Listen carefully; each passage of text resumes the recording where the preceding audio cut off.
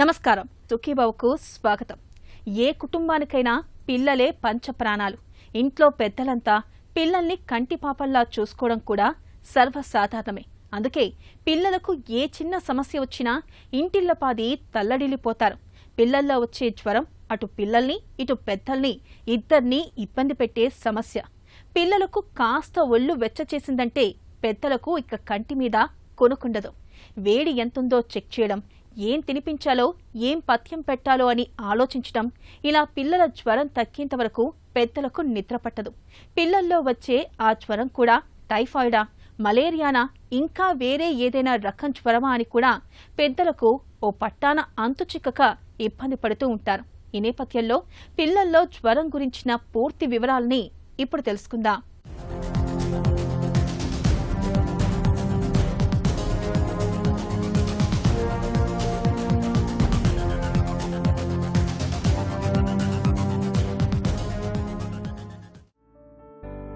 జ్వరం అన్నది నిజానికి జబ్బు కాదు.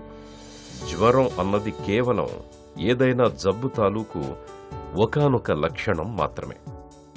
అందుకే జ్వరం రాగానే అది దేనివల్ల వచ్చిందో తెలుసుకోవడం ముఖ్యం.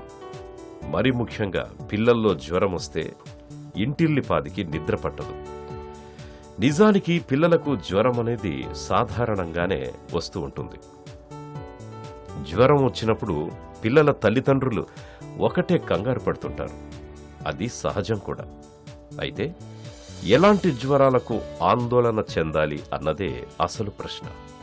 అసలు శరీర ఉష్ణోగ్రత ఎన్ని డిగ్రీలుంటే దాన్ని జ్వరం అనుకోవాలి లాంటి విషయాల్లో కూడా చాలా మందికి స్పష్టత ఉండదు.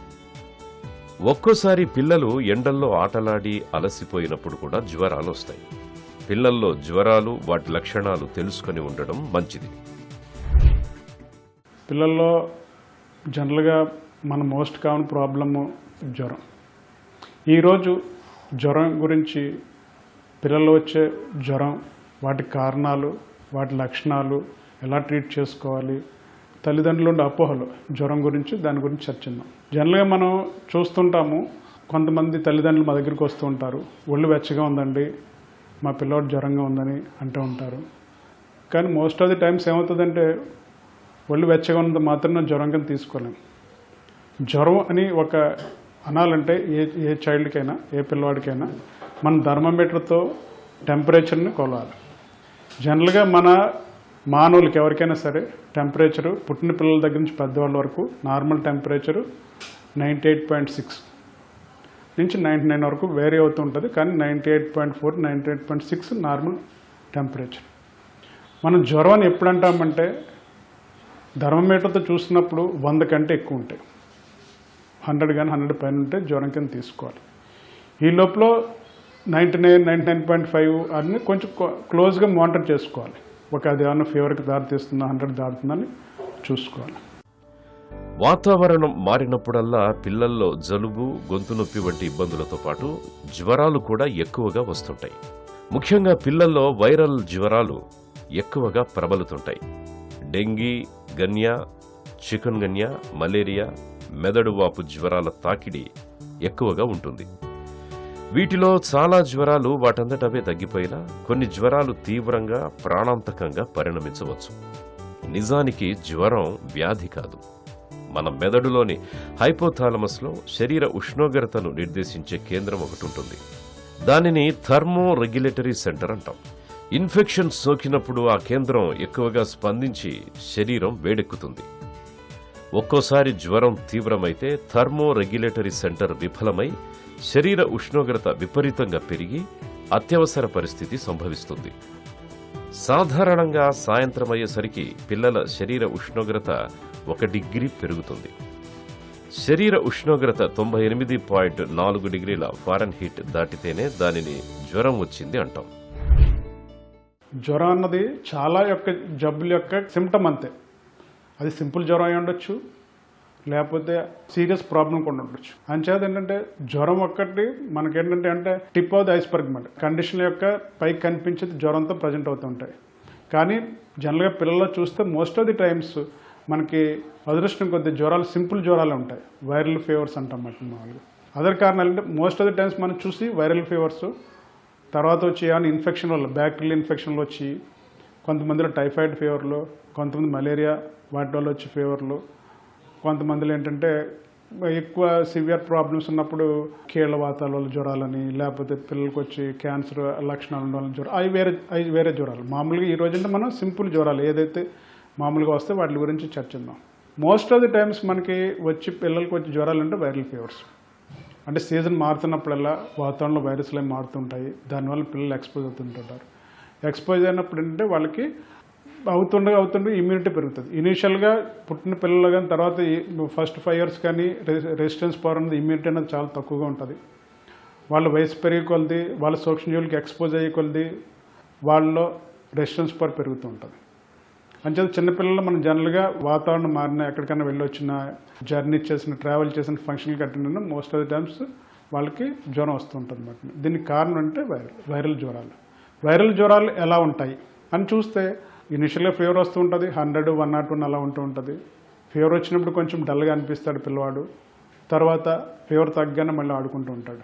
ఫీవర్ వస్తూ పోతూ ఫీవర్కి మధ్యన యాక్టివ్గా ఉండి ఫీవర్ కానీ మన ఇచ్చిన మందులు కానీ రెస్పాండ్ అవుతుంటే వైరల్ ఫీవర్గా తీసుకోవాలి.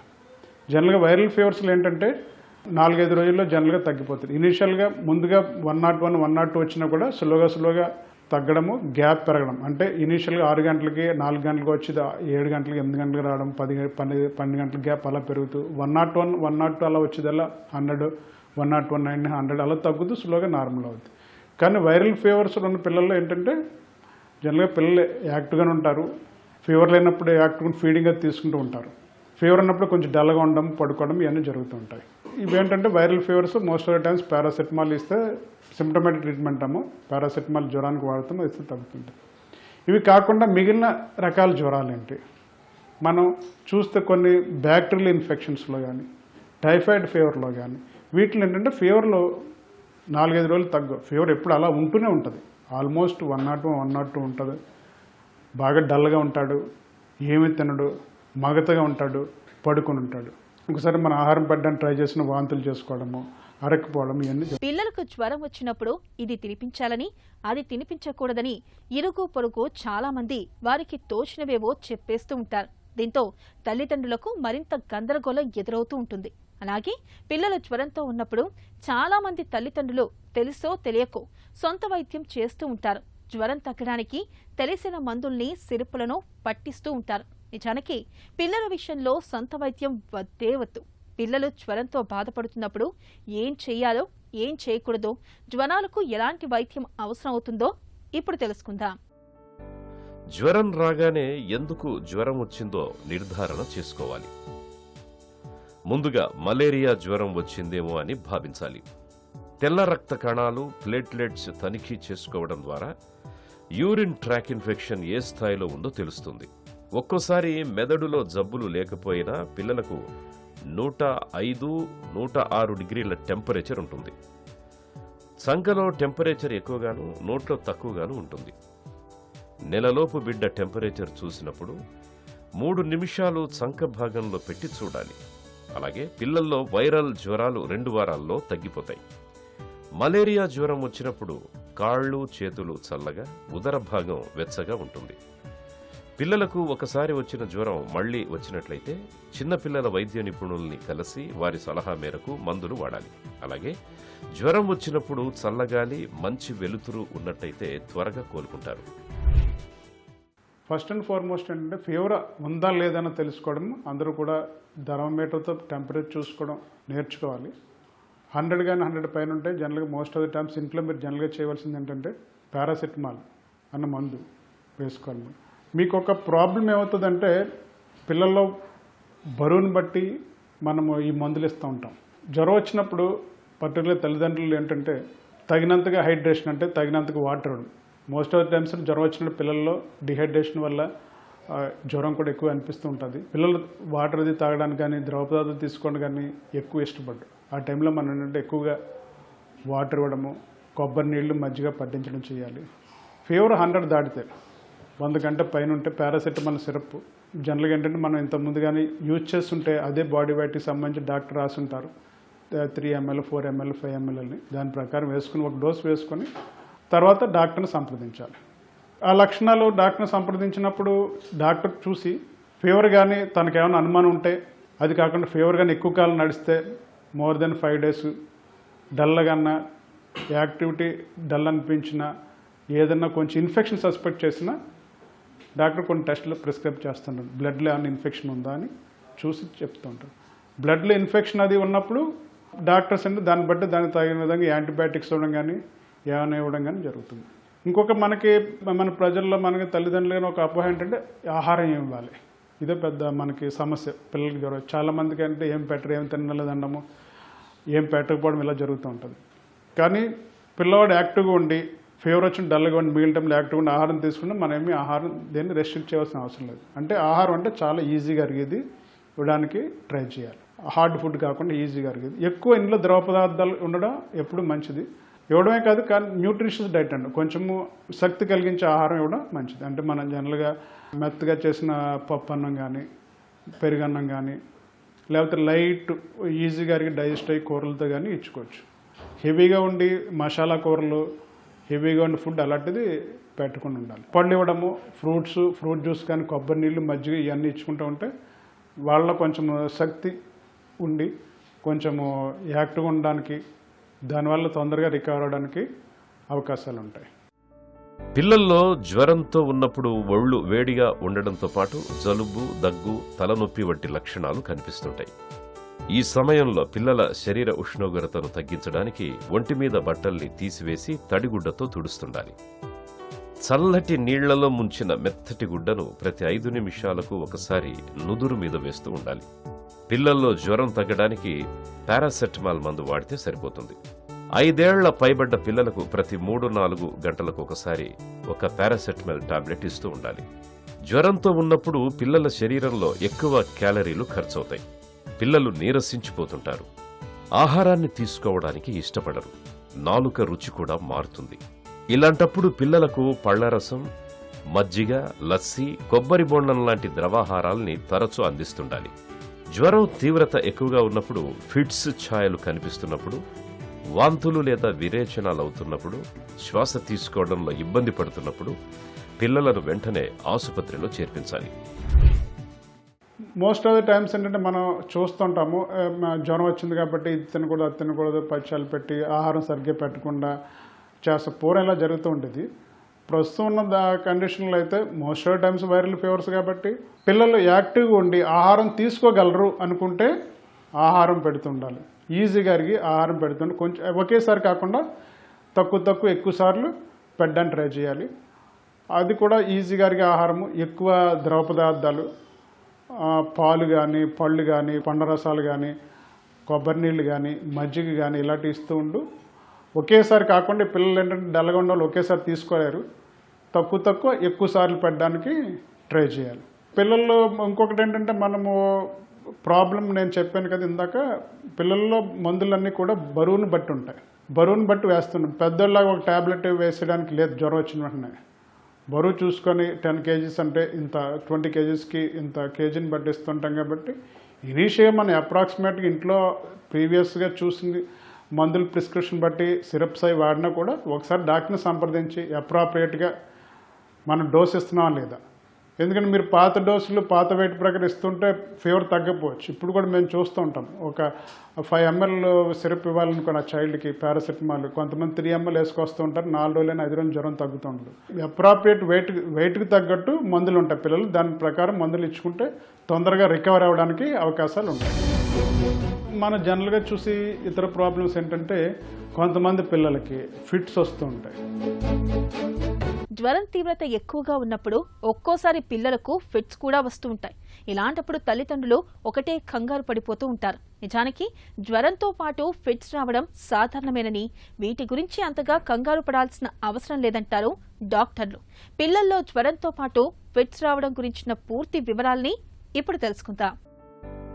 పసిబిడ్డ అంటే ఇంటిల్లిపాదికి పంచప్రాణాలు. పిల్లలకు కాస్త ఒళ్ళు వెచ్చబడగానే అందరూ కంగారు పడిపోతుంటారు. ఇక జ్వరంతో పాటు ఫిట్స్ కూడా వస్తుంటే వారి ఆందోళనకు అంతుండదు. ఒకటే గాబరా పడిపోతుంటారు. అయితే పిల్లల్లో ఫిట్స్ మరీ అంత అరుదైన సమస్య కాదు. జ్వరంతో వచ్చే ఫిట్స్ని ఫెబ్రైల్ సీజర్ అంటారు. ఇది సాధారణంగా 6 నెలల నుంచి 5-6 ఏళ్ల వయసు పిల్లల్లో కనబడుతుంది. ఈ రకం ఫిట్స్ జ్వరం తీవ్రంగా ఉన్నప్పుడు, అది సాధారణంగా జ్వరం ఆరంభమైన 1-2 రోజుల్లోపే వస్తుంది. జ్వరంతో పాటు వచ్చే ఫిట్స్ కానీ ఇతర కారణాలతో వచ్చే ఫిట్స్ కానీ చూడ్డానికి రెండూ ఒకే రకంగా ఉంటాయి. పిల్లల్లో జ్వరంతో పాటు ఫిట్స్ రావడానికి కారణం వారి మెదడు పూర్తి స్థాయిలో అభివృద్ధి చెంది ఉండకపోవడమే. పెద్దల్లో జ్వరం వచ్చినప్పుడు మెదడులో ఉష్ణోగ్రతను నియంత్రించే కేంద్రం ప్రతిస్పందించి ఉష్ణోగ్రతను అదుపులోకి తెస్తుంది. అయితే పిల్లల్లో ఈ ఉష్ణోగ్రత నియంత్రణ కేంద్రం పూర్తి స్థాయిలో అభివృద్ధి చెంది ఉండకపోవడంతో మెదడులో హఠాత్తుగా విద్యుత్ ప్రకంపనాలు మొదలై కండరాలకు చేరి అవి ఫిట్స్ని తెచ్చిపెడతాయని చెప్తారు డాక్టర్లు. ఇంకొక మన జనరల్గా చూసి ఇతర ప్రాబ్లమ్స్ ఏంటంటే, కొంతమంది పిల్లలకి ఫిట్స్ వస్తూ ఉంటాయి. జ్వరం వచ్చిన వెంటనే ఫిట్స్ రావడం జరుగుతుంది. దీన్నే ఫెబ్రైల్ సిజర్స్ అంటే కొంతమంది పిల్లలకి ఫీవర్ వచ్చిన వెంటనే ఒక వితిన్ 24 hours అంటాము, అందులో ఫిట్స్ రావడము. దానిది చాలా కంగారు కలిగించే విషయం తల్లిదండ్రులకి. ఇది కంగారు పడాల్సిన అవసరం లేదు. ఫిట్స్ వచ్చినప్పుడు జాగ్రత్తగా పిల్లవాడిని పడుకోబెట్టి దగ్గరలో ఉన్న హాస్పిటల్ తీసుకెళ్ళడం కానీ, జ్వరం ఉంటే జ్వరం సిరప్ వేసి వెంటనే డాక్టర్ని సంప్రదించాలి.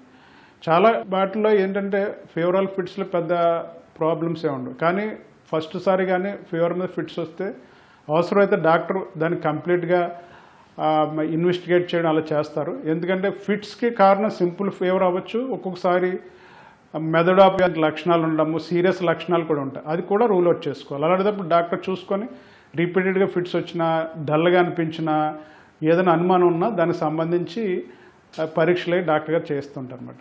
అంచేత ఫిట్స్ వచ్చినప్పుడు దాన్ని నెగ్లెక్ట్ చేయకూడదు తల్లిదండ్రులు. మామూలు సింపుల్ ఫీవర్ వల్ల వచ్చే ఫిట్స్ అయితే కొన్ని మందులు దగ్గర పెట్టుకోవడం వల్ల, రిపీటెడ్గా ఫిట్స్ వస్తే ఆ మందులు ఇంట్లో వాడుకోవడం వల్ల కొంచెం మనం కంగారు పడాల్సిన అవసరం ఉండదు. ఈ జాగ్రత్తలు మనం పాటిస్తే పిల్లల్లో తొందరగా రికవర్ అవ్వడానికి అది అవకాశం ఉంటుంది. జనరల్గా ఏంటంటే మనం ఈ ఫీవర్ దీని గురించి తెలుసుకోవాల్సింది ఏంటంటే, ఫీవర్ని గమనిస్తూ ఉండాలి తల్లిదండ్రులు. ఫస్ట్ రోజు ఎలా ఉంది, సెకండ్ రోజు ఎలా ఉంది, థర్డ్ రోజు ఎలా ఉంది. ఫీవర్ రోజు రోజుకి పెరుగుతూ హై గ్రేడ్ ఫీవర్స్ 102, 103 వచ్చేస్తూ బేబీ చైల్డ్ కానీ డల్గా ఉండి ఆహారం తీసుకోకుండా యాక్టివ్గా లేకపోతే వెంటనే డాక్టర్ని సంప్రదించాలి. దాన్ని బట్టి డాక్టర్ చూసి దానికి అవసరం పరీక్షలు చేయడం జరుగుతుంది. కొన్ని ఫీవర్స్ అంటే ఫీవర్ 100, 101 వస్తుంది, చైల్డ్ యాక్టివ్గా ఉంటాడు, సిరప్ వేసుకుని తగ్గుతుంటుంది. అలాంటి పిల్లల్లో మనం 1 or 2 days ఇంట్లో అబ్జర్వ్ చేసుకుని డాక్టర్ దగ్గర తీసుకెళ్ళచ్చు. అంటే వైరల్ ఫీవర్స్ అనమాట. ఆ ఫీవర్స్ అనేది most of the times viral fevers.